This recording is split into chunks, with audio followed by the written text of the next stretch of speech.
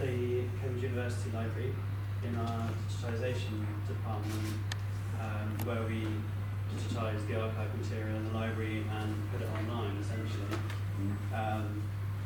Just a bit of background, I trained as a photographer, but I never had the confidence in my artistic ability to pursue it as a career, so I kind of carved my own path into still being engaged with photography. So I then trained as an archaeologist before moving into the library area.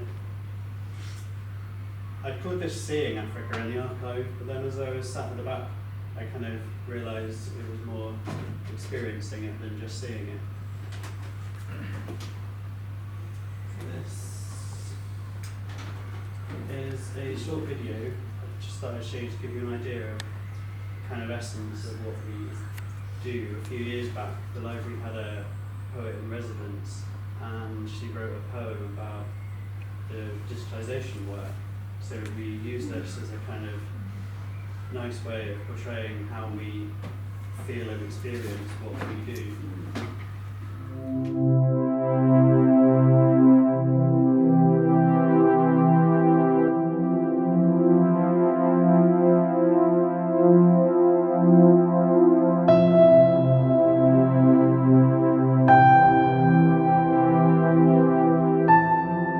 When you reach up and take them off the shelves, the notebooks surrender, along with lists of specimens, mineral, plant, animal, a treasury of smells. This is quite distinct from the almond scent of equations and astronomy, or even the sage top note of calculus. These letters, on the other hand, unfolded, let out a sigh of fading ink and smoke from rooms where coal fires have been lit. Sometimes you come across a trace of the writer's or the reader's hand, a smear of plum or pomegranate juice. And from the deposit or the stain, forensic science could probably isolate the DNA and assign each one a name. When you touch something, you are changing it. You touch me, and I change. But the manuscripts are rare and have to learn self-preservation. They have to teach themselves a way to live without the touch. And there it is, a sound more like a beak on shell, a tap, a click. It hatches on a breath and sends itself out to the world.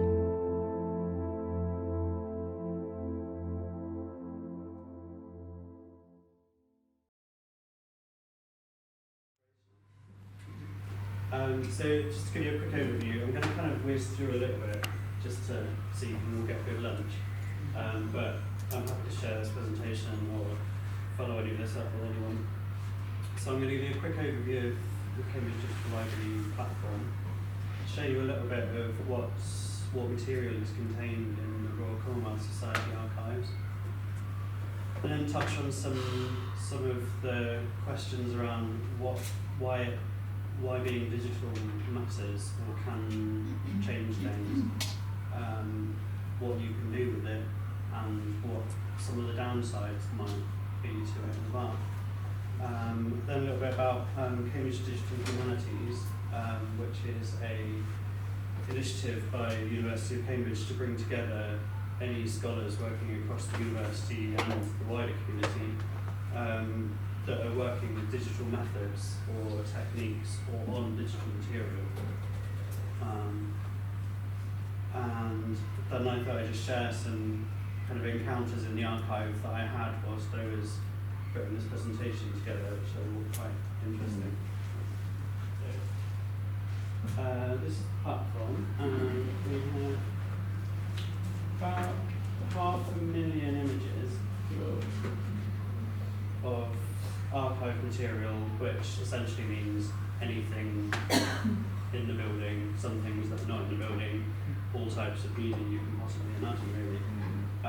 There's about 60 different collections of material. Some of those are thematic, some of those are based around different institutions.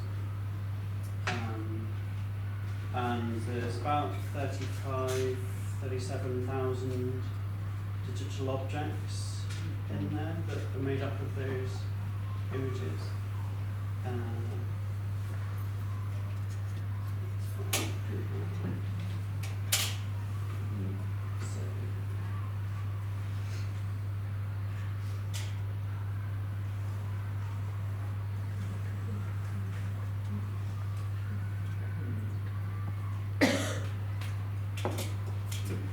So what we present are highest possible quality images we can acquire of the object. So you can zoom right in to see every little detail.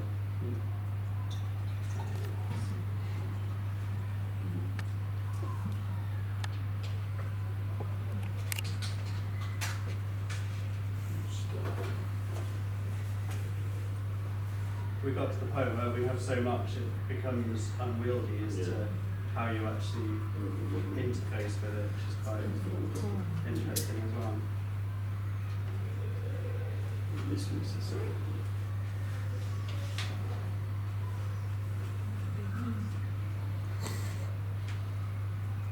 So you can see there, although it's a bit of a blurry image, but you can really get deep in, whereas even if you were looking at that physically, you find it hard to see that closely, that easily. So all of this is then supported by a whole load of metadata, which is how you discover it and how you can understand it. So that there. And you can then link data so you can click through and find other things with the same themes, simple.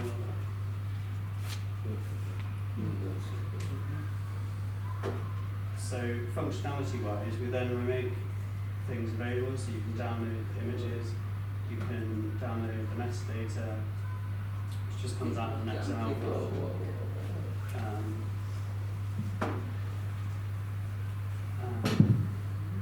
You can contents information, so you can jump around and explore things in text and visually, and play with funky little features which don't really work all that well, like this kind of AI generating similar items feature.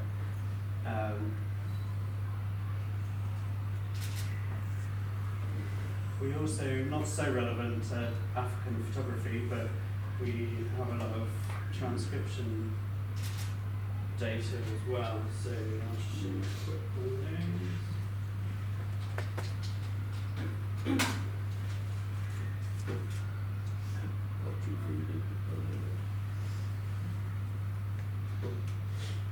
So these are Isaac Newton's college notes when he was at university in Cambridge.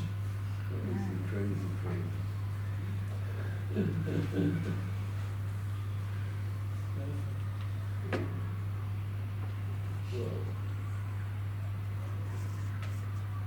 So when you can't read Isaac Newton's terrible handwriting, you can read the text that some academic has painstakingly transcribed.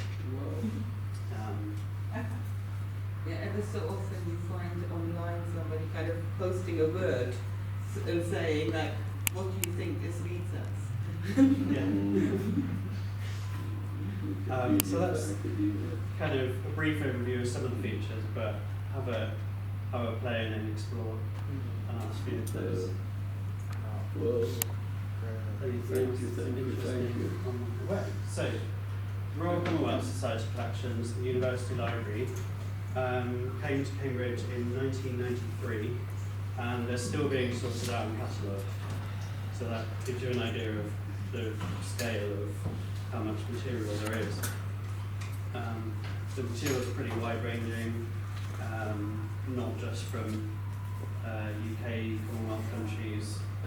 There's all sorts in there, basically. Anything and everything you could possibly imagine from all over the world is kind of contained in this archive, so it's quite fascinating.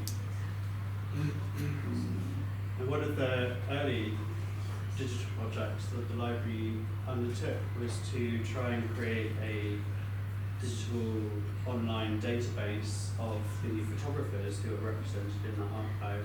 So this website was created in 2002, so it looks a bit dated now, but it's just about still works. But that's still more functional than the card indexes that a lot of stuff is catalogued on still. So there's a lot of material that you still have to go find the card index to try and find the item. So in that, they created an index of around 550 photographers who are represented in the archive. So that's a huge number of photographers who are working in the Commonwealth. So a large proportion of those were active in Africa. Contains the geographical information on which active areas they were working in by country or inhabited region or whatever, and there's then categorised themes that you can use to explore the collection as well. So this gives you a taste of some of the type of material that's used as subject matter, so portraits, religion, beliefs, ceremonies, towns and cities, daily life, military, trade, industry, agriculture, the Commonwealth Society itself, and the administration of it. So obviously that's kind of every subject of life you can possibly imagine, really. It's quite a big job, so as we're adding more material onto the digital library platform all the time, so this is much higher resolution that people can access. Just to give you a sample of some of the material we have moved into the digital library.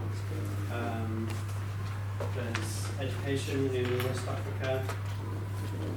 You see there a volleyball team. Mozambique at the dawn of the 20th century. There's this. So the archive isn't just manuscripts or photographs, but there are objects there as well.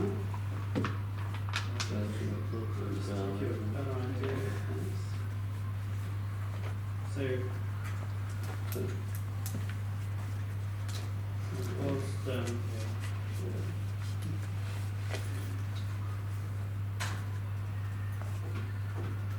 whilst obviously the object itself isn't a photograph, in the process of digitising it, it creates a photograph of the object. And then you can take that one step further and make nice little 3D images that you can interrogate. I mean, these are Asante gold rates. They're fairly stable to hold, but we have a lot more fragile material that you wouldn't be able to touch as a researcher. You could look at it in the reading room, but you couldn't physically touch it. So being able to manipulate it in this way gives you an experience you can't no longer have physically. So we have Chinese oracle bones that date back 3,000 years, which have to stay contained in a box. So being able to still experience a three-dimensional object is quite important. And you can take them to Addenbrooke's where you can print them on their 3D bone printing machine that they've got in their hip replacement department.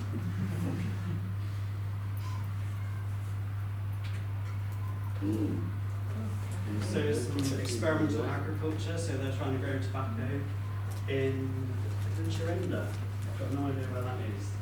I googled it and nothing came up, so it's a name that's no longer used for that area. That shows some of the problems one Well, it can says have. Portuguese East Africa.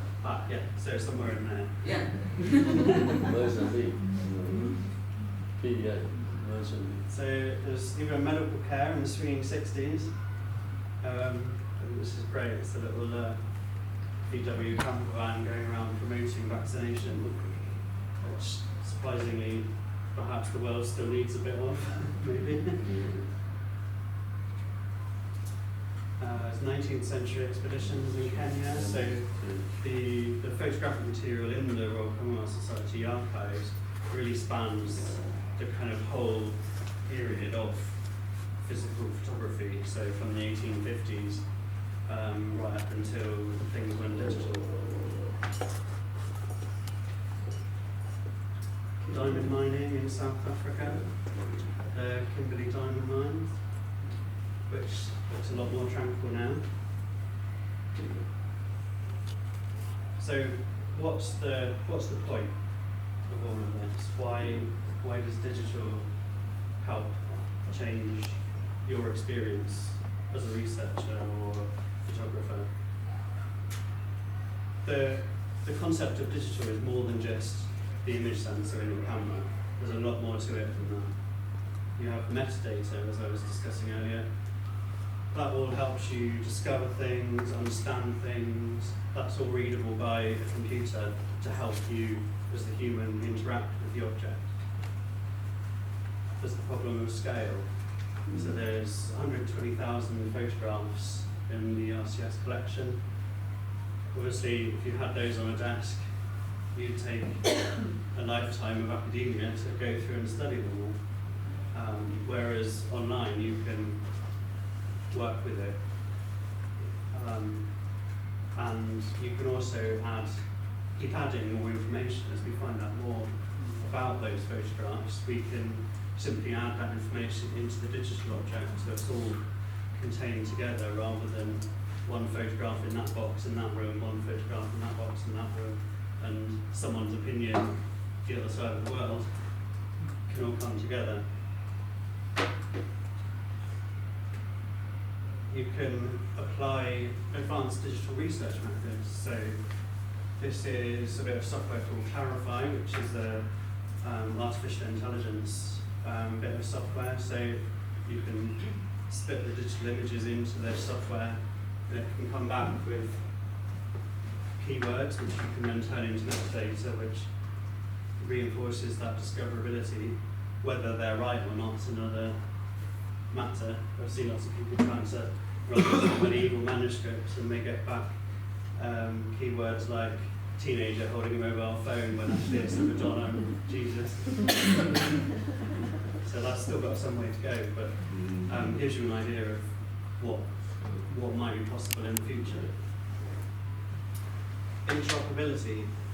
So more recent advances in technology mean that our digital archives can now be interoperable. Our technical infrastructure is based on the International Image Interoperability Framework, which is a bit of a mouthful, so we've got AAAF. This means that images in our archive and images from other archives that also use AAAF, such as these photographs from Northwestern University in the States, can now be pulled into a single viewer and looked at side by side without doing any downloading, uploading. You just need to know the URL of the two images. We can also use this technology to annotate what's going on in some of the images. This can be used for many examples in text, but also more relevant here, we can tag faces and put in some information about each person. We can also use AAAF to co-curate projects, such as this project by the National Library of Wales. They're using a photographic archive from the 20th century that was left to them by the photographer, but they knew relatively little about what was actually contained within the photographs. So they built this crowdsourcing platform that uses AAAF technology to allow the general public, many of whom are in the photographs themselves and still living or have relatives that were in them, and they can come along and they can start tagging the faces and the places, the events that are going on and the dates when these things were happening. And this is a really good way of really enriching that archive. We can also use AAAF to help us tell stories. So the ability to be able to input the URL of the image without having to download it, do what you want with it, crop it and re-upload it somewhere, makes it really nice to use to tell stories on the web. So we can simply straight away start telling a story with captions that give a nice smooth user experience. We can also have a bit of fun with it. So one such example is this little face match app that somebody built that simply allows you to mix up everybody's faces in a photograph. So the digital possibilities of creative responses really are quite endless. We also need to be aware of the challenges that need to be overcome. Challenges such as information literacy.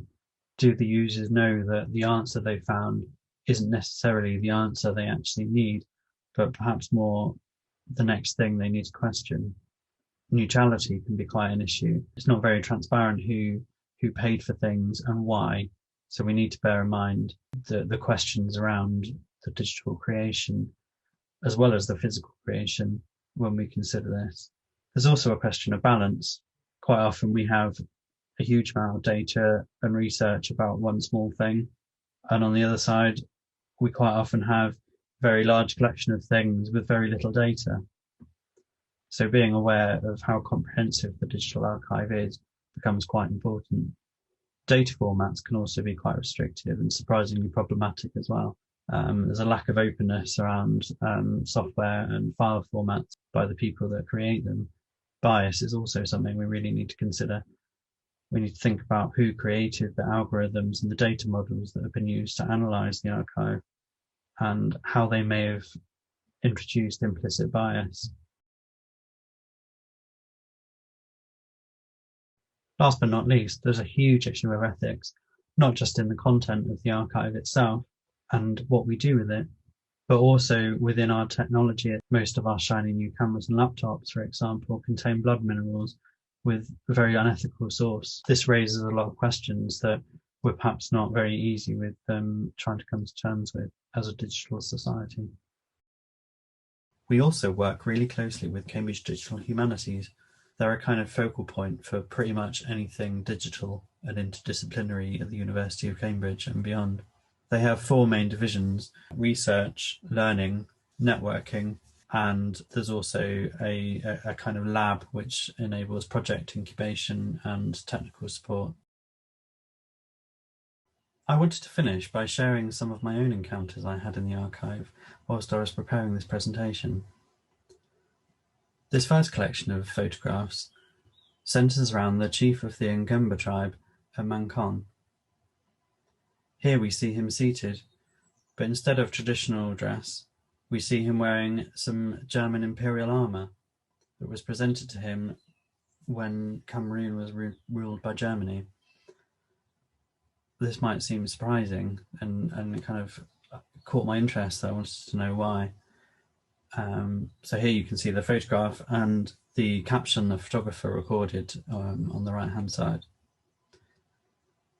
Apparently he was so proud of this armour that he wears it on all important and official occasions to make the other local tribes envious because they only have their native dress.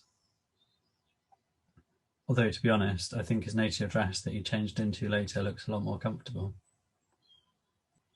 Later on in the archive, I came across this picture and wondered what was going on. A messenger has come to gather all of the people. On this occasion, that message was that war had just broken out between Britain and Germany. This little snippet of this archive really made me contemplate how actually, far from being separate narratives, actually all of the story this tells is part of a really entwined global narrative. The next series of photographs that made me think was this, to me, seemingly strange photographs of a tarantula coming out of a hole with some in a kind of little fenced-in box. And again, the photographer had recorded captions of exactly what was going on. This time, I thought it'd be quite interesting to animate those images in a little GIF, as you can see on the screen, and to see if I could get some kind of automatic readout from the text that the captions contained. Consulting Ngam, the tarantula, Banso, Ngam, a tarantula. It has powers of judging the evil one and is in many cases consulted. The man who understands what it says is called Ngangam and Banso. 4 pieces of banana tree trunk are placed round the hole leading to the lair of Ngam. Then pieces of split bamboo representing the names of the suspected persons are put in the space radiating from the hole. The stage having all been set, the watcher sees a slight movement of the earth round the hole leading to the spider's lair. Gradually 2 long hairy legs appear and then out comes the spider. It rests a moment and then starts in an uncertain manner to walk round its lair, and then walks round the enclosure and As you can hear, it's surprisingly hard to find an authentic sounding accent to read out the captions. Even though the photographer who was writing the captions was European, any automated voice is available to read out the captions just can't handle the African words, which I found really surprising. The only African voice I could find was a South African white voice in my computer, and I found that quite thought provoking that I was unable to find easily an African voice on my computer to read out those captions. Finally, I came across these photographs of some dancing. But what we see recorded here only really gives us part of the information. It's a still black and white image, recording a single moment in time. But dancing has sound and movement.